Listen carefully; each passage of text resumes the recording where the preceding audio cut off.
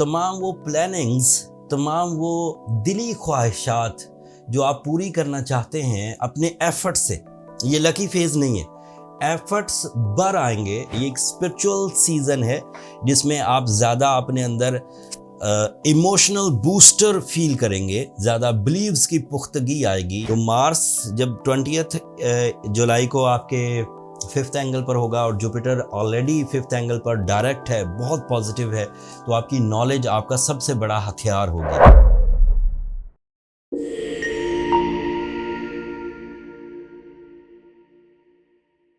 अस्सलाम वालेकुम एक्वेरियंस, मैं हारिस अज़मी, प्रोफेशनल एस्ट्रोलॉजर, आपकी खिदमत में हाजिर हूँ इस हफ्ते की एस्ट्रोलॉजिकल रिसर्चेस के साथ। 15 जुलाई से 21 जुलाई तक जो 7 दिन आपके सामने आएंगे, इन 7 दिनों में आपकी दीगर सलाहियतों के साथ साथ 2 नई पेशरफ्त होने जा रही है। 2 साल के बाद मार्स आपके लिए आपके 5th एंगल पर से गुजरेगा 20 जुलाई को 6 हफ्तों के लिए। इस साल 2024 में ये अब आपके 5th एंगल पर से गुजर जाएगा। इसके बाद दोबारा अब 2026 में आएगा। तो तमाम वो प्लानिंग्स, तमाम वो दिली ख्वाहिशात जो आप पूरी करना चाहते हैं अपने एफर्ट से, ये लकी फेज नहीं है, एफर्ट्स बढ़ आएंगे, आपकी मेहनत रिवॉर्ड्स उगलेगी, ज़्यादा डील मेकिंग हो सकेगी, ज़्यादा बेसिस बन सकेंगे, किसी काम का इनिशिएटिव लेना है, all type of work, personality पे कोई काम करना है, कम्युनिकेशन पर कोई काम करना है, इन्वेस्टमेंट्स करनी है, इन्वेस्टमेंट्स रिलीज़ करनी है, कानूनी मामलात को हल करना है, रिलेशनशिप के मामलात में कुछ पेशरफ्त करनी है, लाइफ पार्टनरशिप के डिसीजंस लेने हैं, तो 20 जुलाई के बाद मार्स आपको सपोर्ट करेगा। इस सपोर्ट में जो आपके जर्नल एफर्ट्स हुआ करते थे कॉमन डेज में, उन एफर्ट्स में तकरीबन 30% ज़्यादा रिवॉर्ड्स आप, ज़्यादा फ़ायदे आप एक्सपेक्ट कर सकते हैं। मार्स आपके लिए 2 तरह से अदरवाइज़ भी मुफीद है। एक तो ये आपके 3rd एंगल का रिप्रेजेंटेटिव है। सो आप अपनी फैमिली की जो जिम्मेदारियां हैं, एज अ बेटा, एज अ भाई, as husband, as a father, अगर आप कोई किसी भी नौइयत के एक्वेरियंस हैं, तो आप अच्छे अंदाज से तवज्जो देते हुए, वसाइल को यूज़ करते हुए, इख्तियारात को यूज़ करते हुए आप वो जिम्मेदारियां निभा सकेंगे। एंड उन जिम्मेदारियों को निभाने के आउटपुट में आपको रिस्पेक्ट मिलेगी, पीस मिलेगा, स्पिरिचुअल एडवांटेजेस मिलेंगे। एंड इस वक्त अगर सरकारी जॉब के लिए भी अप्लाई किया जाए तो ये ज़्यादा मौजूद टाइम है जब आपकी कामयाबी का रेशो आम दिनों से 30% ज़्यादा होगा। मार्स आपके लिए कैरियर का भी रिप्रेजेंटेटिव है। सो अगर आप जॉब हासिल करने की कोशिश करें, जॉब स्विच करने की कोशिश करें, बिज़नेस के इनिशिएटिव्स लें, जॉब से बिज़नेस की तरफ आएँ, या फिर आप एक से ज़्यादा सोर्स ऑफ इनकम अपनाना चाहें, तो आप ये सब कर सकते हैं। दूसरा इवेंट 21 जुलाई को आएगा जब चांद फुल हो जाएगा और आपके 12th एंगल पर आएगा। ये एक स्पिरिचुअल सीज़न है जिसमें आप ज़्यादा अपने अंदर इमोशनल बूस्टर फील करेंगे, ज़्यादा बिलीव्स की पुख्तगी आएगी, आदतों पर अपने काबू पा सकेंगे, एंड कुछ लॉसेस भी कवर कर सकेंगे। एंड बहुत सारा प्रेशर, बहुत सारा काम का प्रेशर, बहुत सारे फियर्स, बहुत सारे गम, बहुत सारी ओवर थिंकिंग रिपेयर हो सकेगी 21 तारीख से 2 दिनों के अंदर अंदर। आपके लिए मरकरी आपके 7th एंगल पर है, वीनस आपके 7th एंगल पर है। This is also very positive area for educational activities and relationship advantages, love life, या फिर किसी हद तक कमिटमेंट्स। जो डिले ऑफ मैरिज का शिकार एक्वेरियंस हैं उनके लिए भी रिलीफ का टाइम है। ये वीनस और मरकरी की सपोर्ट है।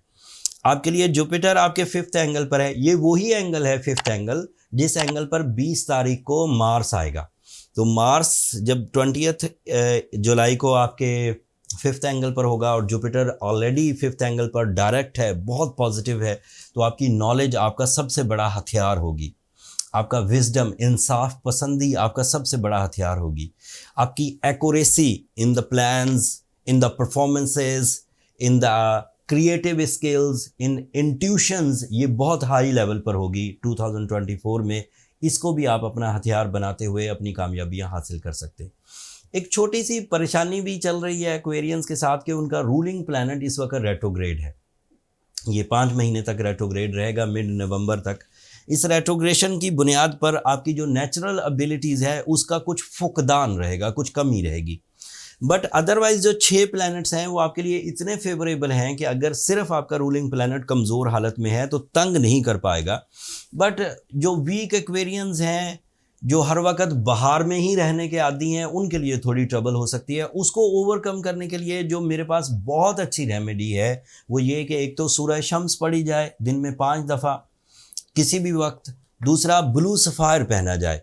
सो ब्लू सफ़ायर की केमिस्ट्री एंड सूरह शम्स की खैर और बरकत दोनों मिलकर आपको वो सैटर्न की जद से भी निकाल देगी and you will be again on track with full flow with the parallel to the nature. फिर भी कुछ सॉरी आज तबीयत मेरा कुछ साथ नहीं दे रही, लेकिन आपकी मोहब्बत खींच के लाई। सो अगर फिर भी कुछ कमी रहे तो फिर अपनी पर्सनल कैलकुलेशंस की तरफ चले जाइए। पर्सनल कैलकुलेशंस जो हैं वो रियल डायग्नोसिस दे देती है कि आपको कितनी बड़ी प्रॉब्लम है और उसे कैसे रिजॉल्व किया जा सकता है। ये टाइम बड़े मकासद की तकमील का टाइम है, इसलिए अपनी सुस्ती, अपनी कमज़ोरी को दूर करिए। बहुत हद तक तो आपकी सुस्ती और कमज़ोरी मार्स ही दूर कर देगा, लेकिन फिर भी अगर आप अपनी विल भी साथ यूज़ करें, अपनी स्किल्स भी साथ यूज़ करें तो काम या मामलाते ज़िंदगी और स्पीड अप हो जाएंगे और चीज़ें ज़्यादा तेज़ी से ठीक होंगी। अगले हफ्ते, इस हफ्ते तो सूरज आपके लिए आपके 6 एंगल पर है, पॉजिटिव है, लेकिन अगले हफ्ते इससे भी ज़्यादा पॉजिटिव होगा। वो मरकरी और वीनस को जाके ज्वाइन करेगा एंड उसके जो एडवांटेजेस हैं वो तफसील से अगले हफ्ते बयान करूँगा इंशाल्लाह। एक और भी सिलसिला शुरू करने की कोशिश कर रहा हूँ एक्वेरियंस। मोस्टली नीचे जो कमेंट्स आते हैं वो ज़्यादा अप्रिसिएशंस पर मबनी होते हैं, ज़्यादा सलाम दुआ या फिर इंडिविजुअल क्वेश्चंस किए जाते हैं। उनका आंसर मैं करता नहीं, कम ही करता हूँ। बट अगर कोई ऐसा कमेंट आया जो Aquarian nature, Aquarian life style या ऐसा कोई सवाल हो जो कई एक्वेरियंस के लिए नॉलेज की वजह बनता हो, तो मैं कोशिश करूँगा अगली वीडियोज़ में उनका आंसर ड्यूरिंग द वीडियो ही कर दिया करूँ। कुछ सिलेक्टिव कमेंट्स का आंसर यहीं कर दिया करूँ।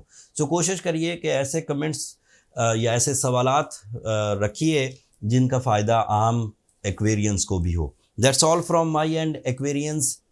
अपनी दुआओं में मुझे और मेरी टीम को ज़रूर याद रखिएगा।